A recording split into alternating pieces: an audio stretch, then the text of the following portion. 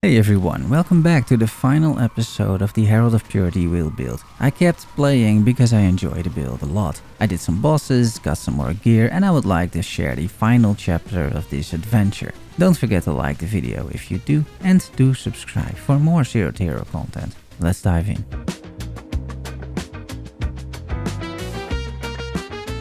I'm rolling and corrupting rare maps as you do for the Atlas bonuses, and here is my first lucky drop, Gravebind. This unique counts kills by allies as kills done by you, so it's time to experiment with that.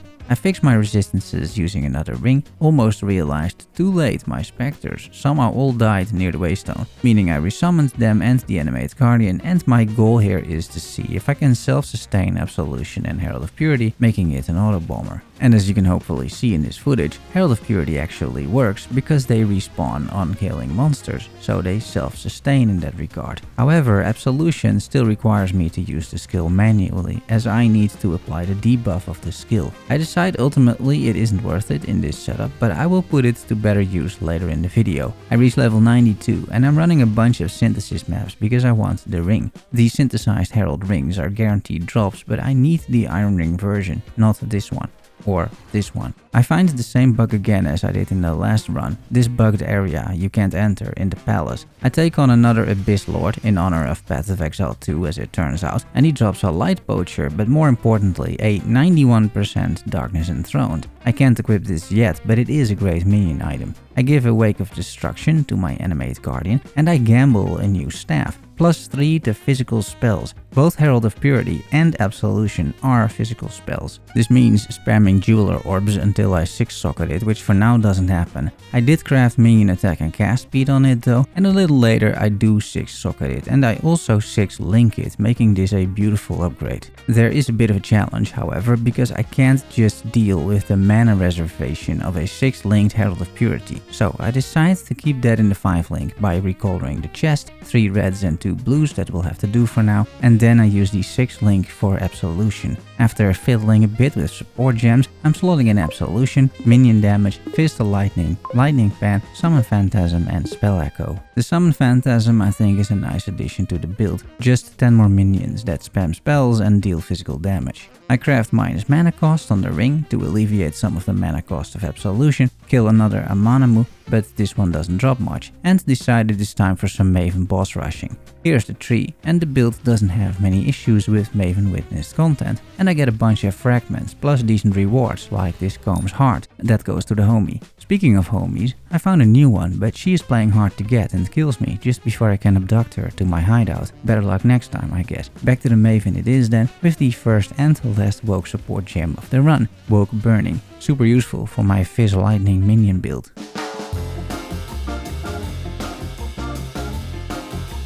I'm getting less and less impressed by zombies and decide to replace them with Flash Offering. I get an unset ring with great stats for the homie, do a Maven invite which I can practically face tank, drop a Victorious and a Golden Heart, the Greed's Embrace, and that got me thinking a bit. Maybe I can put all of that on the homie, get some item rarity, you know, that's fun. I fail the next invitation, realizing I just don't have the damage at this point, and not only did I fail, I lost all my specters. That means it's time to go back to Ritual and get some corpses. First a Druid for a flask effect, I will take anything I can get at this point. I get 20% quality on the Stone Golem for more energy shield and energy shield regen, and I find another Forest Warrior for permanent onslaught, and this one has Calling Strike as well. Zombies made it back in by the way, I am undecided on them at this point in time. I find the Coming Calamity, which is a way to solve the Herald mana reservation issue.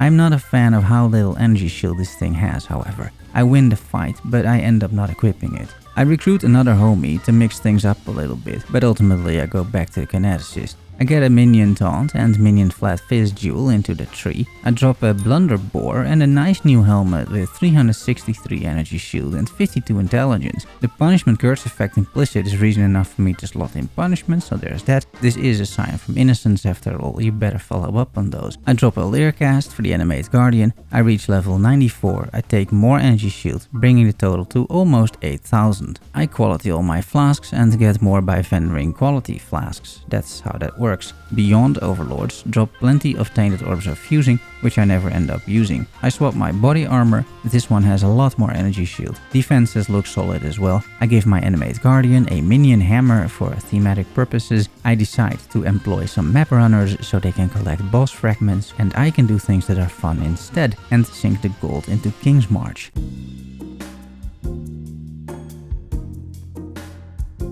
I think it's time to equip the Darkness Enthroned, but then I have some attribute challenges to solve. I craft some Ghastly Eye jewels with attributes, meaning this is a big upgrade. A Merc offers a good energy shield chest, 839 energy shield. I 6-socket it and I try to 5-link it, but I run out of fusings. To be continued. I drop a Dying Breath for the Animate Guardian, start picking up the first fragments from my map runners. I drop a Pariah Unset Ring with a white socket for 60% item rarity. And the Nameless Seer gives me a Chevron's Revelation. That means a few things. First, get back to that chest, which I finally 5-link. This is a pretty big upgrade, and it comes with an extra socket, so once again I take a stab at offerings. But those are self-cast, of course. I can't automate them. It works, I suppose, but it's another button to press, and I forget it's there half the time. It's just not great. I drop a Doedre's Damning for an extra curse, but I don't end up using it. I play some Harvest because I need a juice to swap a resistance, and I gamble Boots for some more resistances because I have a plan for the homie.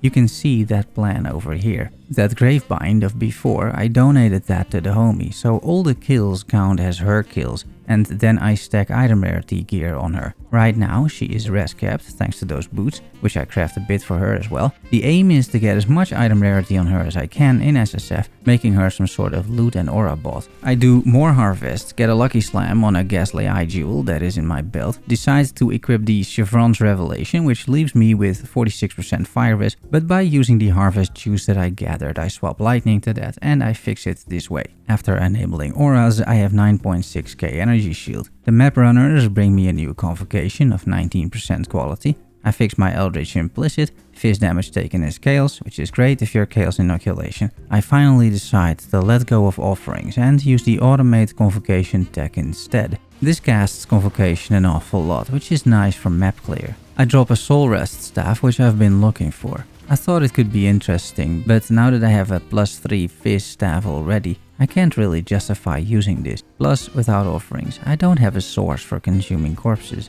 The flat physical damage seems nice, but it doesn't compare to 3 minion levels. I drop a Lucky Ventur's Gamble for the homie. This boosts her to 218% item rarity. I reach level 95. Get Convocation cooldown, which I feel is great quality of life. Run more synthesis maps, but to no avail. So I run another, and there it is. Say a little prayer, and this is just excellent. Herald of Purity mana reservation and physical damage reduction.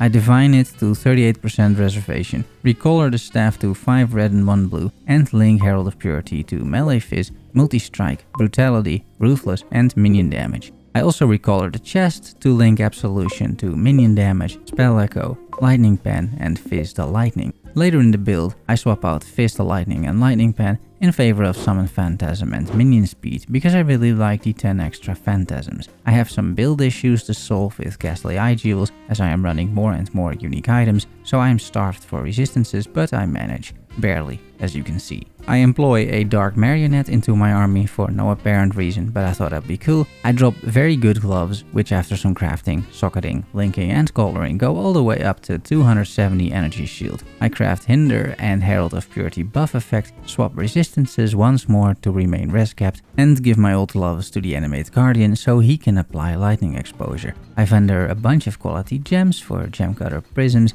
and I use those on my own gems. Pretty much everything now is 2020. I drop a gold worm, that is for the homie, and she's now at 254% item rarity. I finish my last Pantheon, a breath, and now it is time to benchmark the build by doing some bosses.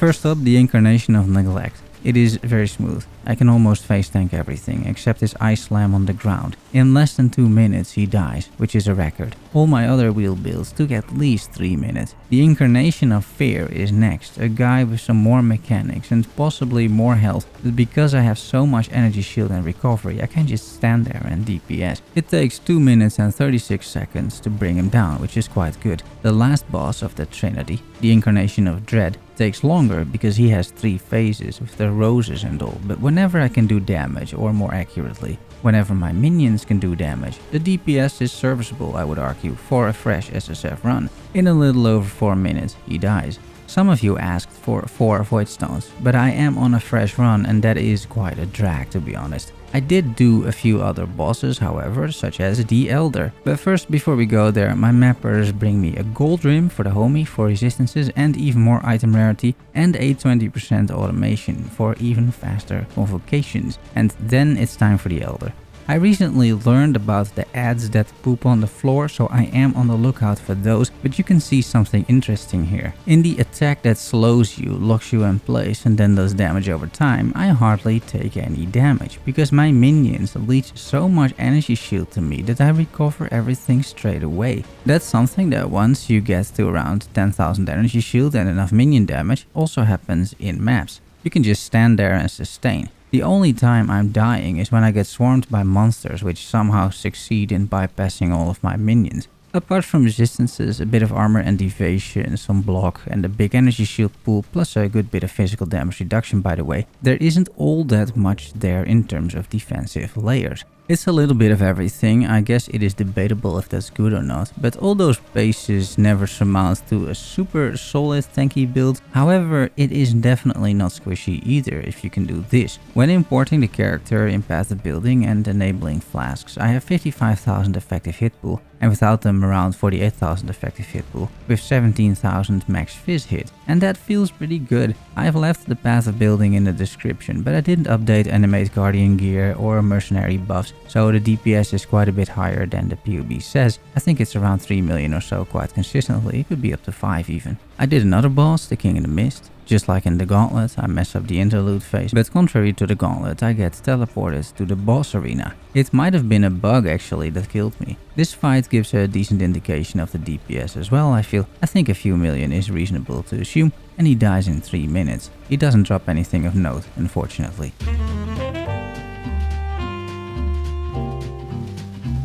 And finally, here you see some mapping gameplay, where especially in smaller spaces like here in Toxic Sewers, the idea of an auto bomber kinda works. I have to hit a few rares every now and then, but otherwise the minions get teleported or convocated to me every 2 seconds or so. And when they do, they typically clear the entire screen. And you can tell that I can stand in between monster packs usually without any issues, as long as they don't have any crazy modifiers like huge crit chance or something like that. But also in open maps, here on the beach, it all works well. The minions have a good spread and attack everything in sight, and you can tell how quickly I recover energy shield thanks to minion leech. And overall, this is quite a well-rounded character. You could make it a bit more tanky or do more damage by speccing into more sockets on the tree or using cluster jewels, which I typically don't do in these runs, but I am quite happy with the way this Necromancer turned out. It's a decent mapper, it's a decent bosser, it clears tier 16s with ease, doesn't take ages on pinnacle bosses. I think you could even league start something like this. You should be able to get 4 Void Stones and maybe push it even further than that, using this as a framework for a build. I can totally see that work actually. But yeah, I just wanted to make this last episode to conclude this series. I hope you had a good time watching the conclusion of this character. I'm going to make some content for PoE 2 now, see how that all shapes up. Given the success of these types of videos, the Zero to Hero, I will likely simply stick to this concept, but then I do a few runs in Path of Exile 2. I tried a bit of Last Epoch and I even recorded some footage, but I didn't find it very fun. So I won't bother you with that most likely, at least not anytime soon. And that's it. Thanks for watching and making it to the end. I really appreciate it, guys. Subscribe and like if you enjoyed the video. Love you all. See you soon. Bye bye.